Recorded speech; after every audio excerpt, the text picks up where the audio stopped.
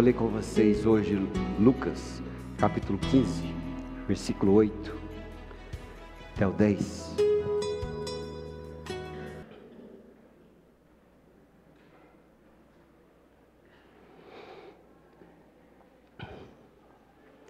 Diz assim a Bíblia: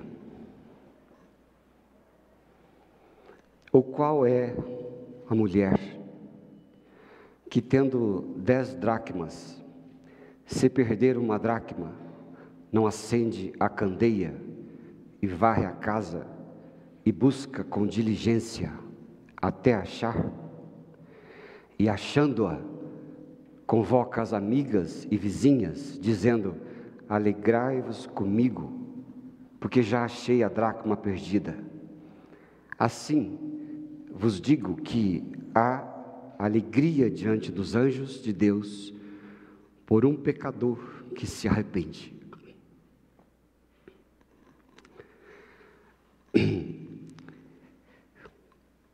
Pequena parábola escondida. Já vai falar sobre ela um pouquinho. Antes eu queria ler com vocês aqui um trechinho de um livro muito precioso. O livro se chama Um Vislumbre de Jesus, a busca da cura do ódio a si mesmo.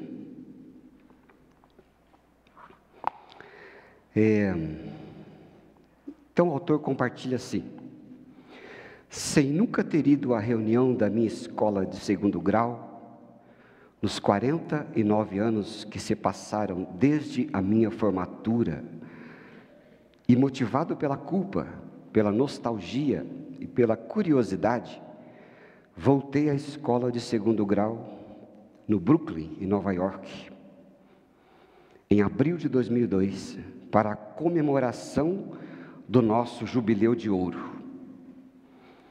A reunião foi, ao mesmo tempo, alegre e triste. 7 ex-alunos da nossa classe, de 44, haviam morrido. No ambiente íntimo e inesquecível de uma classe relativamente pequena, meu eu introvertido, ansiando passar a noite dentro de um sapato, foi convocado a interagir com outras pessoas. À medida que os aperitivos se multiplicavam e as línguas eram lubrificadas, as formalidades foram desaparecendo. As gravatas foram afrouxando, os casacos foram sendo postos de lado, e o riso explodiu e a convivência reinou.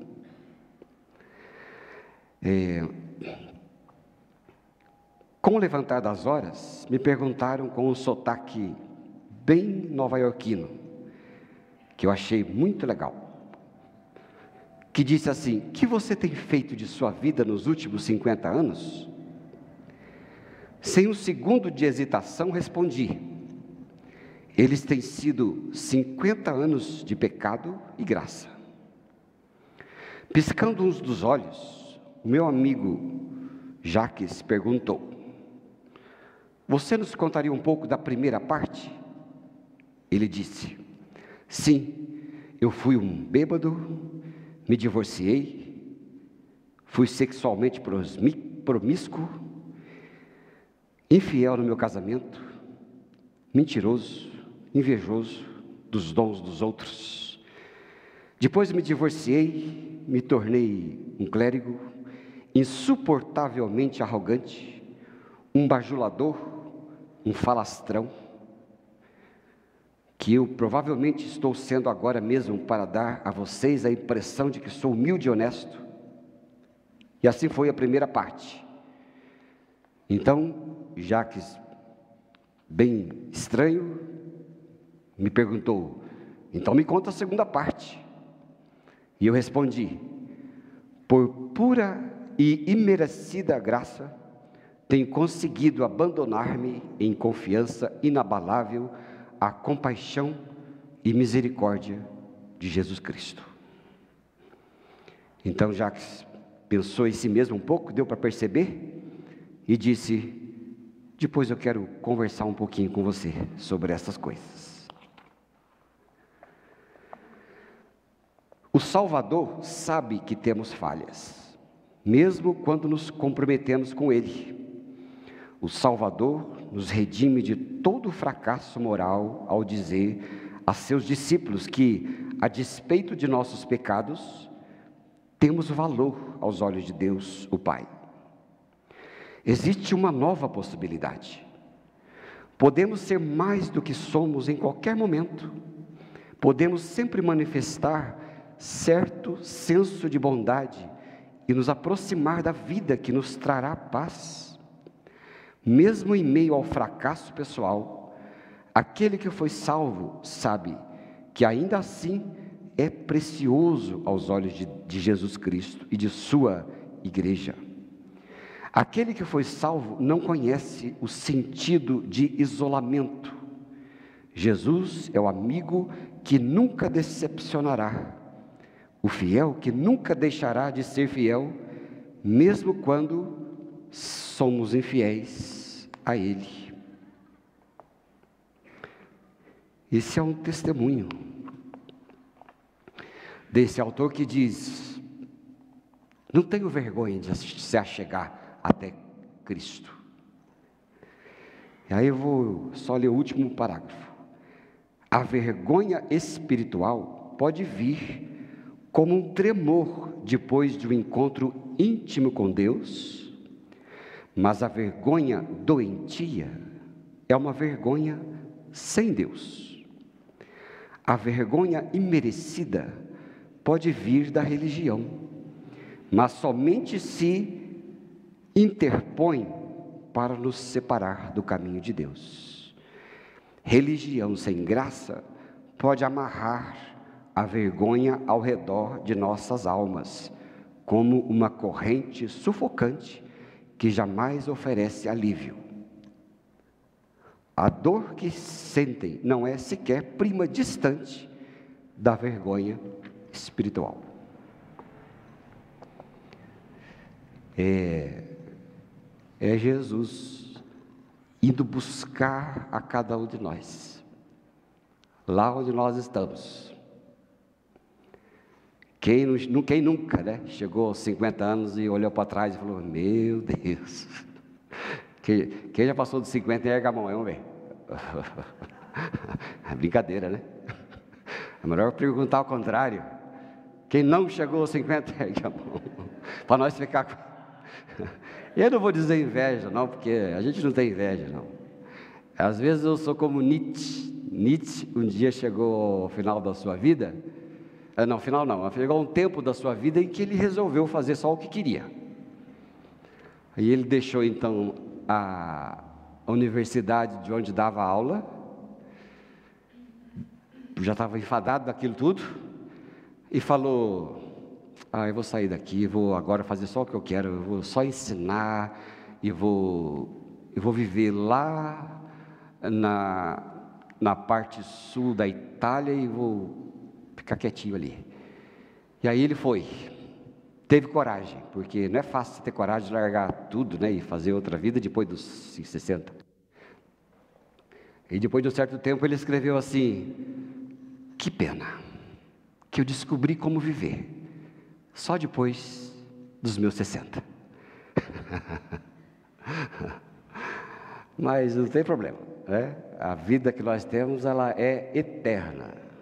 Não tem mais 60, 70, 80. Ela é eterna. Você viverá para sempre. Que é a idade? Isso aqui é só uma casca que se desfaz. Depois Jesus dará outra. É que nem no TikTok perguntaram para uma pessoa, dizendo assim, para um senhor já de 103 anos, um repórter foi lá e fez a pesquisa e perguntou: meu senhor, qual é o segredo de viver tanto tempo? Ele olhou e falou: é só não morrer.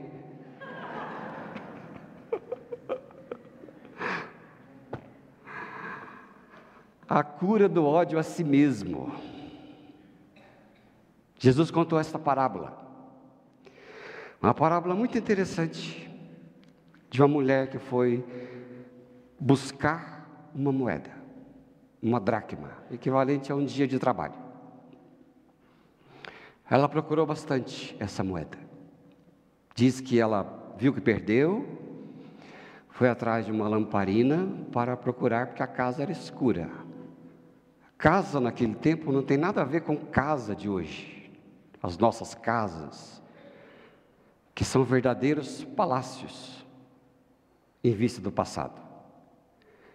Diz que os maiores reis que já existiram lá no passado, da época de Novo Testamento, Antigo Testamento, não tinham o conforto mínimo que nós temos hoje. Você sabia disso? Não tinha. Coisas mínimas que a gente não tem noção, não é? Por exemplo, o banheiro. O banheiro é um luxo absoluto. Antigamente tinha os banheiros coletivos. E os banheiros coletivos de antigamente, eles tinham os buracos em fileira, como se fosse hoje o ônibus que a gente senta, um do lado do outro. E ninguém estava nem aí, eu sentava e começava a contar suas histórias, né? E contando as histórias, falava, né? E hoje a gente tem tanta vergonha de soltar um pulo no banheiro, não tinha nada a ver. Ela contava a história, soltava vapor e cheirava arroz, estava nem aí. O banho, coisa muito chique. Pra vocês terem ideia, o rei Luís XIV, da França, ao longo da sua vida tomou 2 banhos. Você imagina? Você deve estar horrorizado, né? Porque tem gente aqui que toma 2 banhos por dia, né? Quem toma 2 banhos por dia aqui? Olha que gente tribulada. Para que isso? 2 ao longo do tempo. Todo dia de manhã os seus servos iam secar o suor que ele tinha e estava tudo certo. Não tinha as águas, não tinha o banho, era tudo coletivo. As casas não tinham janelas, quase. Eram escuras. E por isso a mulher pegou a lamparina e ia buscar a dracma perdida, o dinheiro perdido, os dinheiros daquele tempo. O dinheiro que era muito valioso. Naquele tempo também tinha a cultura do dinheiro, era difícil dinheiro também. Hoje não tem nem dinheiro, né? Você vai pagar com dinheiro no mercado, o caixa te excomunga, tem horror a dinheiro. Mas era dinheiro. Os romanos, eles tinham o denário, o Império Romano dominava com o denário. A dracma era a versão grega do denário, que equivalia a um dia de trabalho. Depois a dracma tinha a didracma, que valia 2 dracmas. Depois tinha a tetradracma, que equivalia a 4 dracmas. E eles faziam aquilo tudo, né? Tinha também lá o stater. O stater é famoso. Quem lembra do stater? Stater era o dinheiro de pagar imposto. E o stater dava para pagar imposto de 2 pessoas. Por isso que os romanos estavam cobrando Jesus, os discípulos, dos impostos. E Jesus falou assim para Pedro: vá pescar, dentro do peixe você vai encontrar um stater. E vai lá e paga o imposto meu e teu. Não é que era tanto dinheiro, era imposto de 2 pessoas. E aí eles iam fazendo essas coisas. E essa pequena parábola da dracma, ela é uma parábola de Jesus buscando a mim e a você, perdidos no pecado. Muito simples, ela está no meio da primeira parábola, do capítulo 15 de Lucas, é a parábola da ovelha perdida. A parábola da ovelha perdida, é a mesma coisa, a parábola da ovelha perdida, da dracma perdida e do filho pródigo. São as 3 parábolas que falam a mesma coisa quase. Só tem uma diferença. A primeira parábola da ovelha perdida, Jesus estava contando para que os judeus entendessem. O judeu entendia de ovelha perdida. E ele chegou ao coração dos judeus. A segunda parábola da dracma, ele estava falando com os gregos. Por isso dracma. Porque ele queria atingir o coração dos gregos. E a última parábola do filho pródigo, ele estava falando com os fariseus, os religiosos que não entendiam de Deus. E ele estava dizendo sobre o pródigo, porque os judeus religiosos achavam que eles eram os escolhidos por cumprir ritos e desprezavam as ovelhas de Jesus Cristo. Desprezavam as ovelhas de Jesus. Eles matavam as pessoas. Esse livro, ele fala sobre as igrejas legalistas também, onde as pessoas chegam para o Evangelho com a sua vida toda como ela é, e nós sabemos muito bem, e ao invés de oferecer Jesus como pastor das ovelhas, eles escrevem mais um capítulo de opressão na vida das pessoas, porque agora elas são crentes, mas agora elas têm que cumprir um outro estilo de vida, senão também irão para o inferno. E é só um outro capítulo, mais nada. E Jesus está dizendo aqui esta coisa, todas elas é Jesus buscando o seu povo. Essa mulher buscando o dinheiro é Cristo como pastor buscando o perdido. E aqui fala de valor. O valor, não o valor que nós temos, mas é o valor que Deus dá a nós. É diferente. Nós não temos valor. Nós não temos valor. Qual o valor de um pecador perdido, condenado no pecado? Nenhum valor. Mas é a história do valor que Deus dá ao perdido, que busca o perdido. É ali, Deus cuidadosamente e persistentemente buscando e encontrando o perdido. Nós que precisamos desesperadamente dele, da sua presença. É a busca e é a alegria que ele deu para nós. É o prazer de Deus, duas coisas: o buscar o perdido e ter alegria com o perdido. É por isso que as duas parábolas terminam com esse versículo que nós lemos lá no verso 10. Ele termina a parábola da ovelha perdida, a dracma perdida e do filho pródigo. Ele termina assim: assim eu vos digo que há alegria diante dos anjos de Deus por um pecador que se arrepende. E as duas palavras que a gente não presta atenção, e que a gente deveria prestar atenção, mas ela é tão comum que não prestamos: é o perdido e a alegria. O perdido, o original é perdido mesmo, perdido, é o catastroficamente perdido, é aquele sem perspectiva de recuperação. Essa é a palavra perdido que o original quer dar, apolion. A palavra perdido mesmo é olion, e quando o grego coloca o ap na frente, ele dá intensidade. Perdido, completamente perdido. E alegria. A alegria eu vou ver daqui a pouco. E aqui mostra o desejo de Jesus nos buscar. Se você sair daqui nesta manhã dizendo assim: eu fui achado por meu Jesus, e alegre ou feliz você será.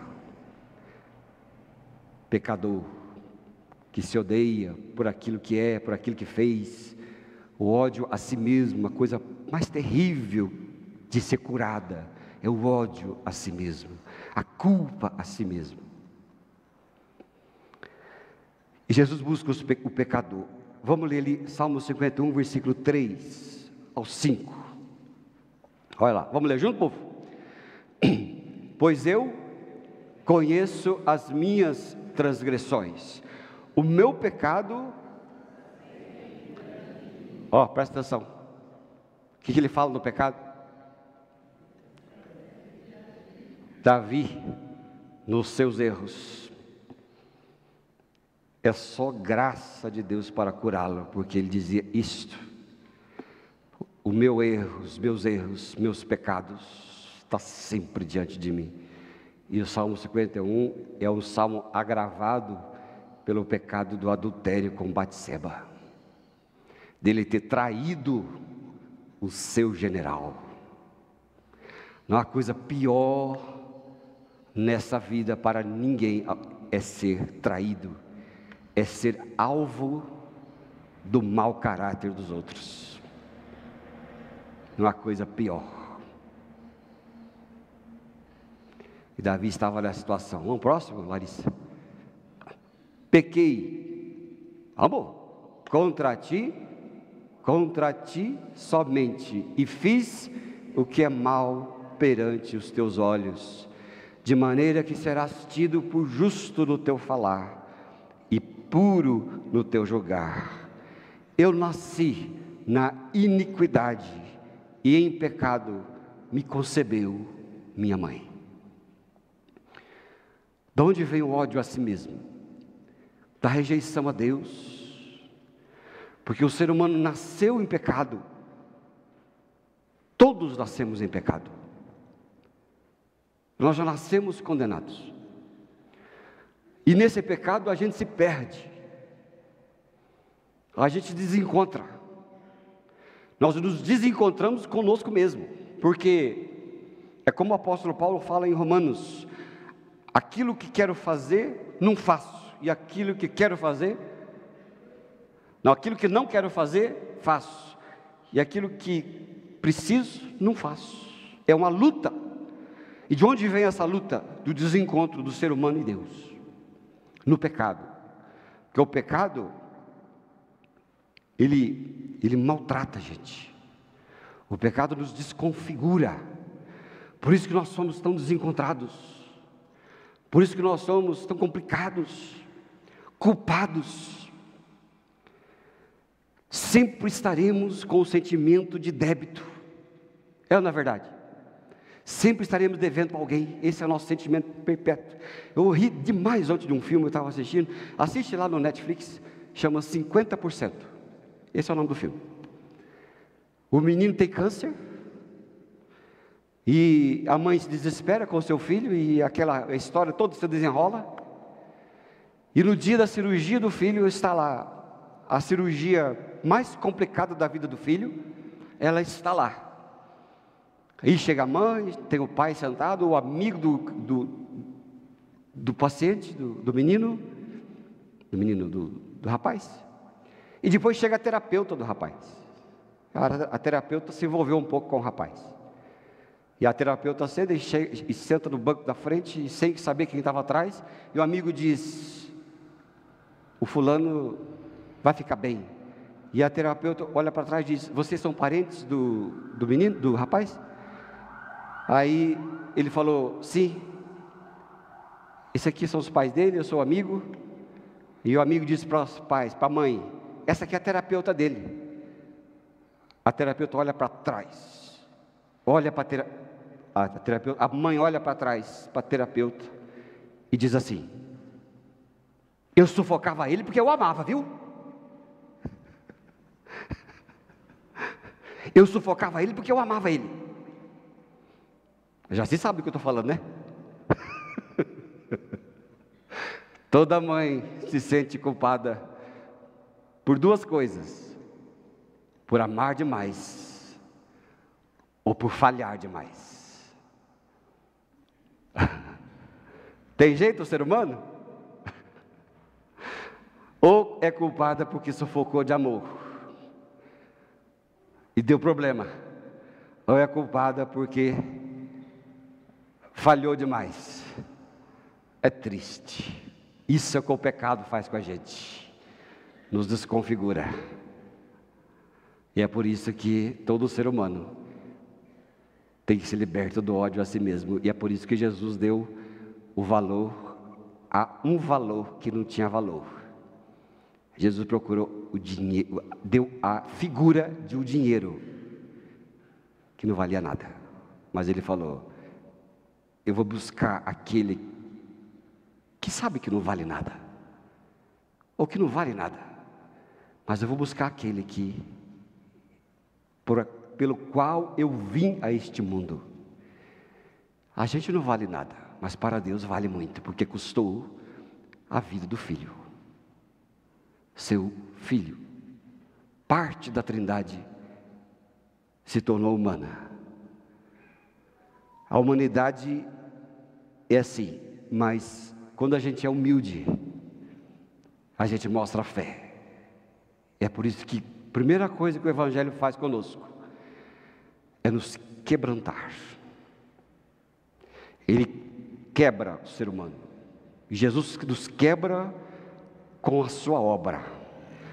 E reconhecer nossos pecados é o primeiro passo que a gente dá para encontrar o perdão divino.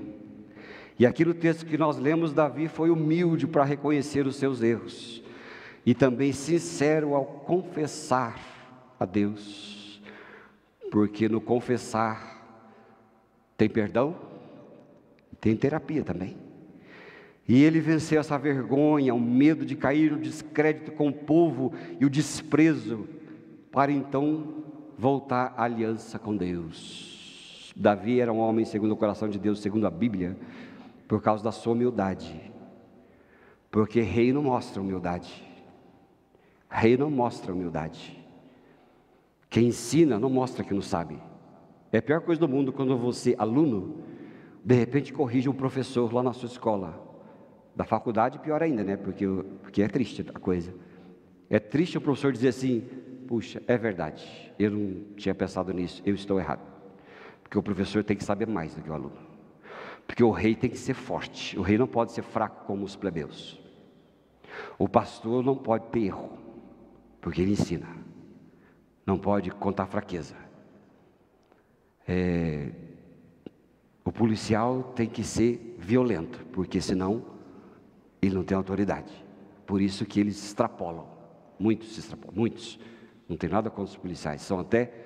Eles são até injustiçados, porque ninguém quer fazer o que eles fazem. E quando faz, a gente cai de marreta em cima deles. Então a gente sempre tem que ser forte. O terapeuta não pode mostrar fraqueza para os seus aconselhandos, porque senão a terapia não funciona. Não é psicólogas.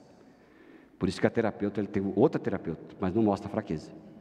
Porque senão não dá, ele acha que não pode ser cuidado por a terapeuta.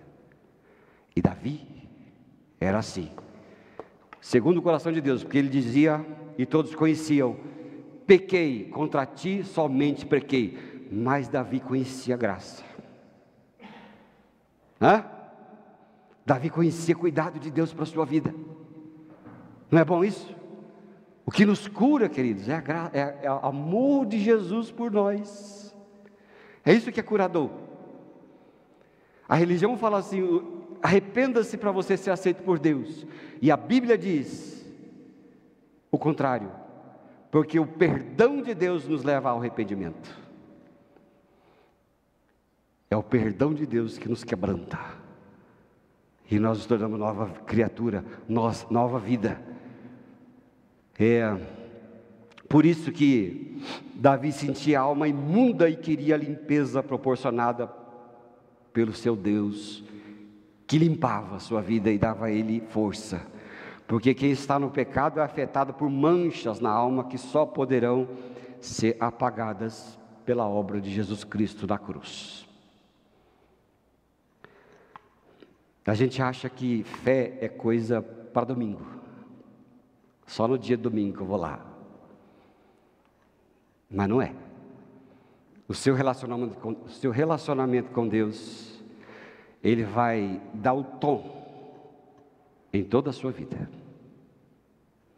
Ele vai te fazer uma pessoa diferente, uma pessoa serena, uma pessoa sem ansiedade, uma pessoa perdoada, uma pessoa aceita, uma pessoa independente da opinião dos outros. Porque tudo se resume no seu relacionamento com Deus. E quem nega isso, uma hora ou outra vai enlouquecer. Mas Deus é fiel e é amoroso, e me alcançou e te alcançou. Glória a Deus por isso, povo. Conhece Jesus que eu estou falando? Coisa maravilhosa. Nós vamos ler Efésios 2, verso 1 e 2. Porque Jesus, com a sua obra, nos restitui o valor com a sua vida. Vamos ler junto ali? Ele vos deu vida, estando vós mortos nos vossos delitos e pecados, nos quais andastes outrora, segundo o curso deste mundo, segundo o príncipe da potestade do ar, do espírito que agora atua nos filhos da desobediência. Esse é Jesus, que busca a dracma, que busca o pecador, e que ilustra com aquela mulher, e que restitui o valor daquele e daquela que nada vale. Ele fala, ele nos buscou, coloca o verso 1 para nós, Larissa, por gentileza. Olha a preciosidade, ele nos deu vida, estando vós, onde? Mortos. Essa semana eu aconselhei uma pessoa que estava com medo da morte. Às vezes acontece.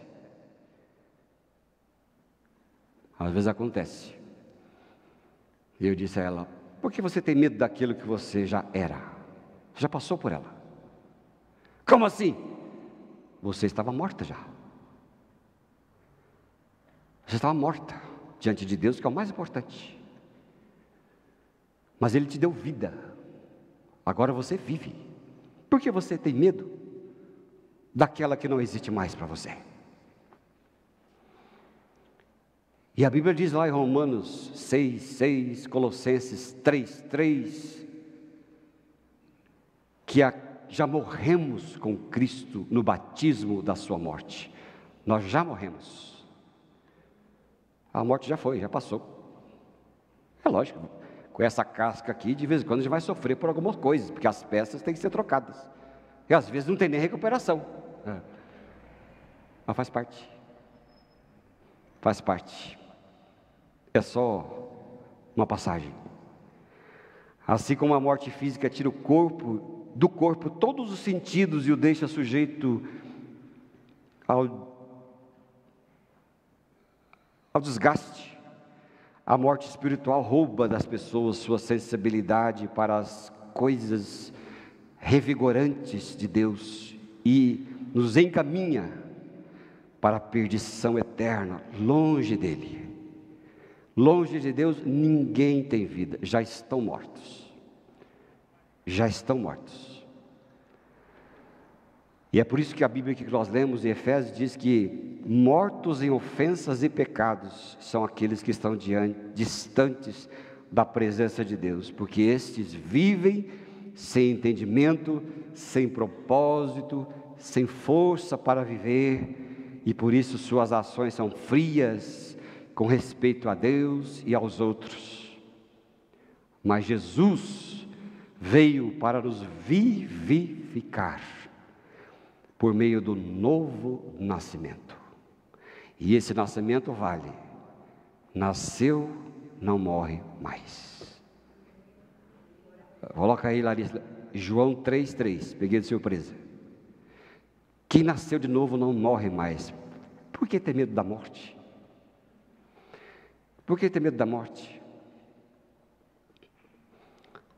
A isto respondeu Jesus. Vamos ler? Em verdade eu te digo, se alguém não nascer de novo, não pode ver o reino de Deus. Por quê? Porque nasceu de Deus, de novo, do Espírito, vai ver o reino, porque não morre mais. E a vida que Deus vai dar é muito boa. Eu não gosto das leituras que o povo diz assim para a gente: você vai ter a vida eterna. Mas vida eterna, depende da vida eterna, né? Ele depende da vida eterna. É que nem aposentar, né? Aposentar e viver sentado, por quê? Vale para quê? E viver para sempre, só para não morrer, também não funciona. Vai ficar um tédio ao céu, não vai? E eu acredito que a vida eterna é um conceito onde Deus está, e que não vai ter tédio, porque será a vida verdadeira, porque aqui nesta vida a gente tem algumas nuances de coisa boa, não tem? Quando você faz uma viagem para onde? Lençóis Maranhenses. Bem-aventurada é a Elaine e o Carlos. Já deu inveja em todo mundo aqui. Quando você vai para os Lençóis Maranhenses, você fala: meu Deus, isto é vida. Mas depois você sai de lá, volta para a normalidade, né? E eu acredito na primeira parte, que a vida eterna que Deus deu para nós é uma vida de Lençóis Maranhenses, que não fica chata, que vai ter muita coisa criativa de um Deus criativo para nós, o que diz Apocalipse, que onde não haverá morte, nem choro, nem dor, a gente vai ter isso lá no passado. Vai ser: o que era aquilo que eu vivia? Que porcaria de vida é aquela que eu vivia? Cheia de tranqueiras, cheia de médico, cheia de dor no asiático, cheia de dor, enxaqueca. Que vida era aquela que eu tinha? Eu tenho pavor de ver gente com um saquinho de raio-x na mão. Você sai pela cidade aí, pelo centro aí, às vezes outra você vê uma pessoa com um saquinho de raio-x, né? Do DAP, IDEP e aquela coisa toda. Olha lá, um procurando doença. E lá no céu não vai ter laboratórios e nem hospital. Amém? Mas é diferente. Eu quero ir para lá. Quem quer ir para lá? Ô povo aí, ô Iro, você não levantou a mão por quê? Maravilha. É que estava muito profundo, né? Estava meditando, né? Lucas 15:10 diz assim: assim vos digo, que há alegria diante dos anjos de Deus por um pecador que se arrepende. Jesus não só veio buscar, porque nem todos querem. Tem muito no mundo, a maioria será de coração duro. A maioria não vai querer Deus e Cristo. A maioria rejeitará a sua obra. Jesus falou que quando ele que quando ele vier de uma casa, um irá e o outro ficará. De um campo, um vai e o outro fica. E assim sucessivamente. Nem todos quererão, nem todos terão o seu espírito aberto para receber aquilo que Deus tem para eles, o buscar de volta. Mas aqueles que querem, haverá a alegria no céu. Quando aqui a dracma diz que a mulher reúne as vizinhas para se alegrar com o dinheiro perdido, ele está dizendo: assim é a festa no céu com os anjos por um pecador que se arrepende. Um que se arrepende. A festa no céu, a alegria. E a alegria é assim como o perdido, a gente não sabe o valor que tem a palavra, também não temos a noção da alegria que está escrito, porque a alegria que está escrito, ela é uma palavra diferente, muito intensificada. Não adianta eu falar a palavra grega aqui, é bobagem, mas é muito intensificada. Mas a gente acha em outros versos da Bíblia, como Mateus 2,10, que é intenso júbilo, transbordante alegria, exultação com alegria indizível, alegria completa. Essa é a alegria de Jesus Cristo, dos anjos do céu, de Deus, por uma pessoa que se arrepende e que a ela é devolvida o valor. Não tem o cântico pentecostal: ó, meu irmão, não sabe o valor de uma alma? O valor de uma alma. Quanto vale uma alma? Quanto vale uma vida que sai do inferno? Quanto vale eu? Quanto vale você para Deus? Não que nós valemos, mas para Deus quanto nós custamos. Isso é também a amostragem do convívio que Jesus tinha com os cobradores de impostos, com os pecadores, que Jesus estava junto e que mostram a essas pessoas o valor que eles tinham e que os religiosos não aceitavam, o Deus se baixando junto com os pecadores. Afinal de contas, o Deus tem que ser superior a todos, com o olhar em riste, com o dedo apontado, dizendo: você está fazendo tudo errado. Era isso que eles esperavam de Jesus, mas Jesus comia e bebia com os pecadores, porque eram os pecadores que ele veio buscar, porque quando um pecador o recebia, e quando um pecador o receber, haverá festa no céu, a alegria das mulheres, a alegria das vizinhanças, a alegria dos anjos do céu, por um só que se arrepende. Deus é aquele que busca de forma zelosa, aquele que toma a iniciativa e recupera o que lhe pertencia, porque Ele não aceita os pecadores de forma reticente ou de má vontade, mas vai à busca deles, e quando os encontra, tem motivo para fazer uma grande celebração. O reino de Deus em Cristo chega com graça, sem limites, e isso inclui as pessoas que são denegridas pelos outros. Aquele que conhece Jesus não se abate com nenhum olhar dos outros, nenhum desprezo dos outros, nenhuma calúnia dos outros, porque ele sabe que Cristo, Jesus, o aceitou. Às vezes podemos perder uma batalha, mas não a guerra, porque a guerra Jesus já ganhou, e nós somos todos vencedores com Ele. Não há derrotados no reino de Deus, irmãos e irmãs. E é por isso que o pecador, nós somos como aquela moeda perdida naquela escuridão.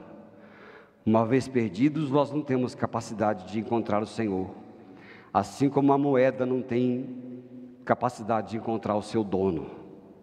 Mas a boa notícia é que Jesus ilumina os nossos olhos para ver que Ele está nos buscando, e se já nos encontrou, está muito satisfeito conosco, por graça e misericórdia. Quantos anos você viveu?